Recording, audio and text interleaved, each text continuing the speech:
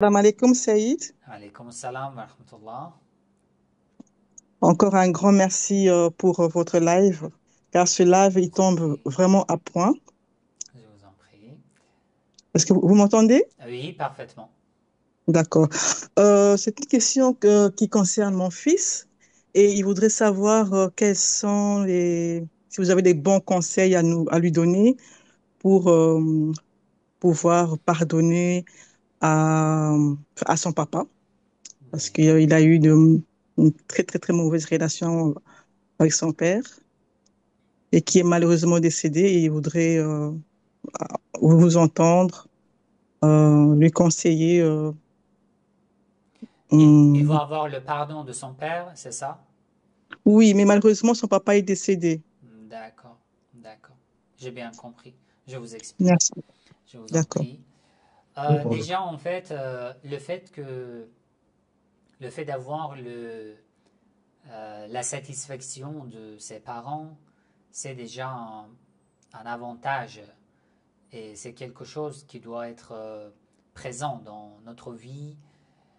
Mais ça doit être réciproque, bien sûr.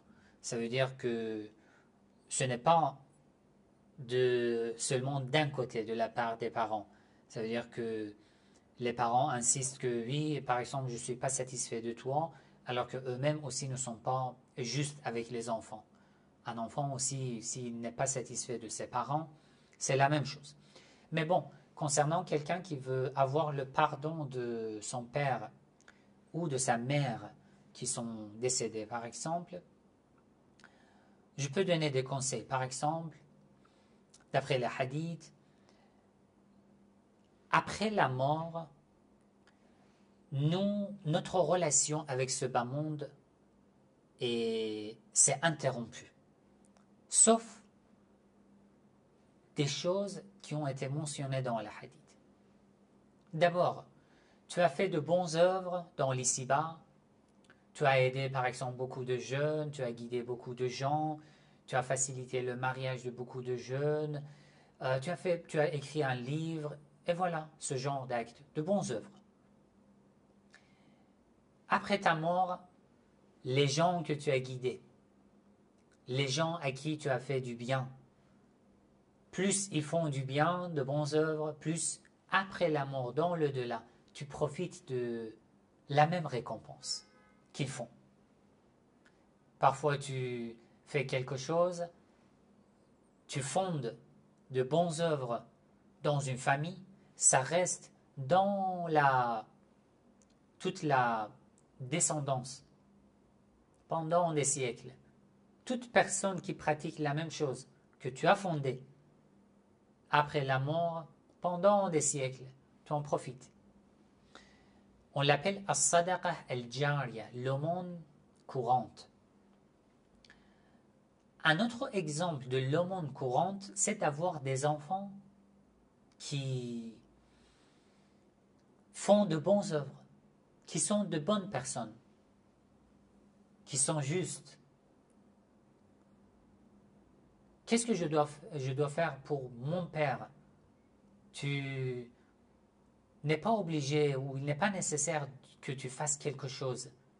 Le simple fait que tu restes juste, gentil, miséricordieux, un vrai musulman, un vrai croyant, avec un bon comportement, pour pouvoir aider les gens. Tout ce que tu fais, ton père, ta mère qui sont décédés auront une part de cette récompense. Donc, la meilleure solution pour avoir le pardon de ton père, c'est ça, que tu essayes de lui faire du bien. Il est mort, il est décédé, il a quitté ce bas monde, mais tu peux lui faire du bien. Le lien ne s'est pas interrompu. Lui, il ne peut rien faire, mais toi, tu peux faire beaucoup de choses. Le fait que tu restes juste, pratiquant, un bon croyant, avec un bon comportement, que tu essayes de renforcer ton lien avec Allah, avec tes proches, si tu arrives, tu essaies d'aider les gens, de faire par exemple de la charité, tu fais des actes d'adoration, même si dans ton intention, tu as même oublié par exemple ton père, pas de problème. Le fait que son enfant, dans ce bas monde, est en train de faire des actes d'adoration, en train de faire de bonnes œuvres, son père aura une part de cette récompense et il sera satisfait. Et tu auras son pardon, bien sûr. Donc, tu essayes de rattraper ainsi, en faisant de bonnes œuvres, les actes d'adoration, la charité ou n'importe quel acte. Tu rends une personne contente. Tu aides une personne. Même des petits détails. Ça suffit. Lui aussi, dans l'autre monde, il va profiter, il va bénéficier de la récompense de tout ce que tu fais. Et là, bien sûr que tu auras son pardon et tout ce que tu fondes dans l'ici-bas, tu établis dans l'ici-bas de bons actes. Lui aussi, il aura, Inch'Allah, une part. Ça, c'est sûr, d'après les hadiths. Et tu auras le pardon. C'est clair? Très bien. Salam alaikum, Saïd. Je suis le fils. Oui, salam alaikum. Merci beaucoup pour l'opportunité de répondre à mon message. Ça me fait énormément plaisir. Je vous en prie. Et merci aussi pour vos conseils. Et en fait, ça c'est pour justement en fait éclaircir un point. C'est plus, on va dire, l'accent que maman vous a posé. C'est plus, en fait, euh, disons que j'ai eu, on va dire, beaucoup d'injustices, énormément. Oui.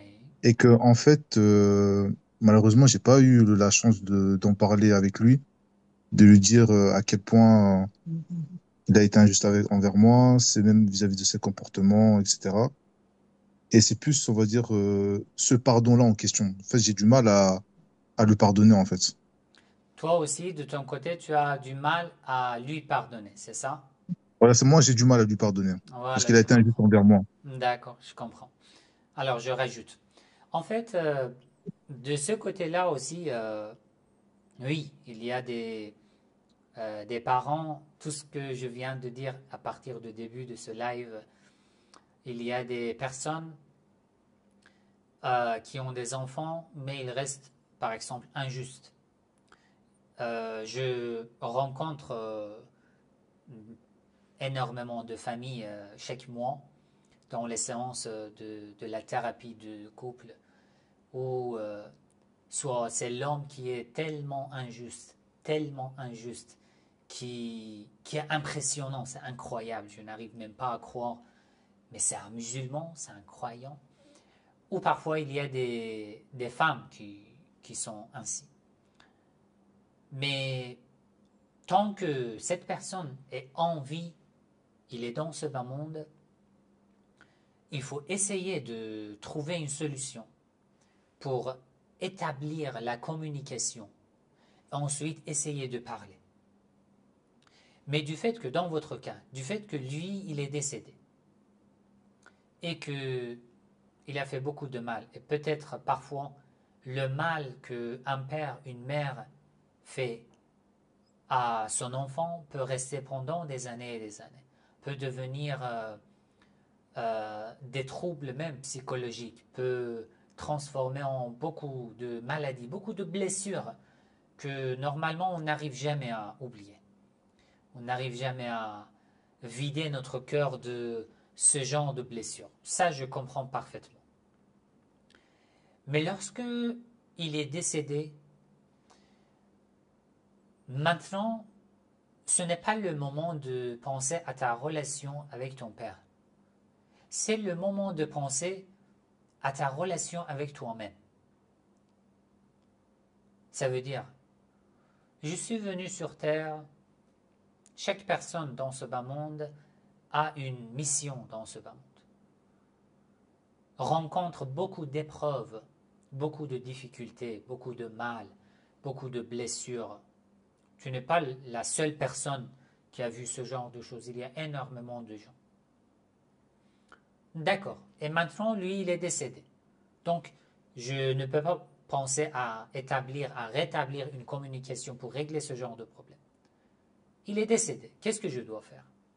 Première étape, je dois essayer de vérifier les blessures qui restent dans mon cœur, qui me font mal toujours. Je dois les vérifier, les découvrir. Si ce genre de blessures attendent juste un pardon de ta part, pour que tu te libères de son mal, tu dois catégoriser ce genre de blessures. Et s'il y a des choses qui sont transformées en troubles psychologiques, ça c'est quelque chose, c'est un cas particulier. Ça veut dire, bon, c'est ce qu'on fait dans les séances de psychologie. On vérifie les racines, tout ce qui s'est passé et tout, et nous allons essayer de trouver des solutions étape par étape pour résoudre le problème. Ça, c'est un cas particulier. Mais si c'est quelque chose qui est en attente juste d'un pardon, tu peux changer ta vision ainsi, que le mal qu'une personne fait à ton égard, le mal lui revient. Il sera châtié par Allah. Même si tu lui pardonnes, le fait qu'une personne a été injuste, ça cause l'insatisfaction de Dieu. Et Allah va interroger une telle personne, va le punir, va le châtier. L'injustice ne reste pas comme ça. Mais de ton côté, le pardon te libère de ce mal. Tu dois tu dois essayer de développer, de rendre ton cœur tellement vaste, de ne plus voir ce genre de mal dans ton cœur. Comme le prophète Mohammed sallallahu alayhi wa sallam, qui souffrait de beaucoup de mal, de beaucoup de blessures de la part de ses proches, de son entourage. Mais Allah dit Alam nashrah laka sadrak. Nous n'avons pas rendu ton cœur vaste. Lorsque tu te libères de ce genre de petits problèmes et que tu regardes de haut, que tu vois que tu as rendu ton cœur tellement vaste que tu peux pardonner facilement. Comme ça te rend encore facile de pardonner. Ensuite, tu peux échanger avec Allah. Oh Allah, aide-moi à pardonner. Je sais que tu aimes bien pardonner. Oh Allah, aide-moi à pardonner. Et en échange, toi aussi, tu me pardonnes. À chaque fois que je fais une erreur, je commets un péché, je fais quelque chose, ou en échange, tu m'accordes des grâces. Tu échanges avec Allah. Tu fais du bien. Devant un mal, tu réponds le mal par le bien. Ça, c'est la meilleure réponse. Le bien, c'est quoi? C'est ton pardon. Et en échange, Allah t'accordera bien sûr beaucoup de tranquillité, un cœur vaste, beaucoup de patience et beaucoup de grâces qui sont invisibles, que tu vas petit à petit sentir en toi. Dès que tu te libères de l'attachement de quelque chose qui serre ton cœur, dès que tu te libères, tu te délibères, tu vois les effets positifs en toi. Donc, le pardon, en échange d'avoir beaucoup de grâce de la part de Dieu, ça sera bien sûr l'idéal, et c'est faisable. Mais si l'effet, l'impact est devenu et transformé en trouble psychologique, ça c'est un cas qu'il faut vérifier en fait. Dans les séances, on peut en parler. D'accord? Est-ce que c'est clair? Merci beaucoup, Saïd. Je vous en prie. Et pour conclure, enfin, j'ai déjà posé toutes les questions que j'avais à poser. Merci énormément. Je vous en prie. Et je voudrais même aller plus loin parce que tout ça, bah, ça m'a justement causé beaucoup de troubles, Oui. beaucoup de problèmes, on va dire, psychologiques. Et j'ai envie de prendre, enfin, avec maman, je pense, je prendrai des séances de Oui, pas de thérapie avec lui. souci. Oui, pas de souci. Parce que en fait, lorsque ça devient, ça se transforme en trouble, il faut beaucoup d'analyse. Il faut que Ouais. je vous écoute 1 heure, 2 heures, je vous écoute, j'analyse.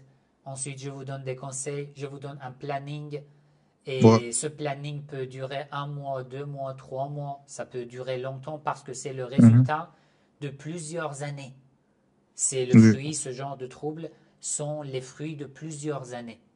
Donc, pour pouvoir résoudre ce genre de troubles, ce genre de problèmes, il faut être patient et il faut avoir un planning, un programme pour les résoudre, les régler petit à petit et étape par étape. On passe une étape, on analyse. L'étape suivante, encore on analyse et petit à petit, tu vas voir que tu as réussi en fait à régler ce genre de problème, Inch'Allah. D'accord? Ça va. Ça va. Inch'Allah. Merci beaucoup.